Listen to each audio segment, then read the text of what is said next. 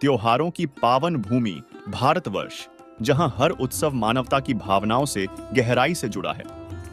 इसी धरा पर एक ऐसा पर्व भी मनाया जाता है जो सूर्य और प्रकृति की उपासना के लिए विश्व प्रसिद्ध है। जी हां, हम बात कर रहे हैं छठ पूजा की, जिसे विशेषकर बिहार, उत्तर प्रदेश और उत्तर भारत के लोग आस्था का महापर्व मानते हैं। इस दौरान हर साल लाखों श्रद्धालु जलाशयों के किनारे खड़े होकर सूर्य को अर्घ्य देते हैं तथा जीवन में सुख समृद्धि, पुत्र प्राप्ति और सुखी जीवन की कामना करते हैं। दर्शकों, मान्यता ये भी है कि छठ के व्रत से संतान सुख की प्राप्ति होती है। इतना ही नहीं, इन 4 दिनों के पर्व में 36 घंटे का निर्जला व्रत रखा जाता है।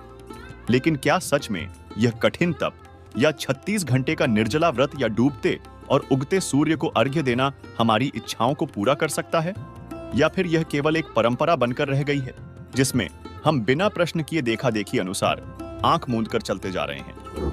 तो चलिए दर्शकों, आज के इस खास एपिसोड में हम जानेंगे कि छठ पूजा की शुरुआत कैसे हुई, क्यों उपासक रखते हैं इतना कठिन व्रत, और जिस उद्देश्य से यह कठिन व्रत रखा जाता है, क्या वह उद्देश्य इस व्रत के करने से पूर्ण होता है। सवाल नंबर 1, सूर्य उपासना का महापर्व छठ की शुरुआत कैसे हुई और इसके पीछे कौन सी लोक मान्यताएं छिपी हैं? क्या यह वास्तव में हमें परमात्मा के निकट ले जाती है या महज एक परंपरा का निर्वाह है?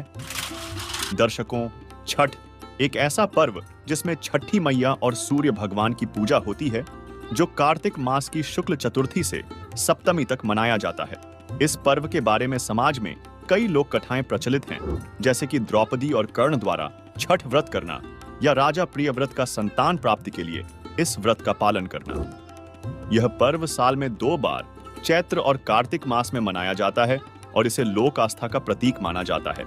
लेकिन क्या ये कहानियां सच में शास्त्रों पर आधारित हैं या केवल जनश्रुतियां में, जिन पर सदियों से लोग विश्वास करते आ रहे हैं? तो आपको बता दें कि हमारे पवित्र सदग्रंथों में ऐसे किसी भी पर्व का वर्णन नहीं है, और फिर भी ऐसे मनमाने पर्व लोग मनाते हैं। जिसके विषय में हमारे पवित्र सदग्रंथों में क्या कहा गया है, देखिए। और गीता अध्याय नंबर 16 के श्लोक नंबर 23 में कहा,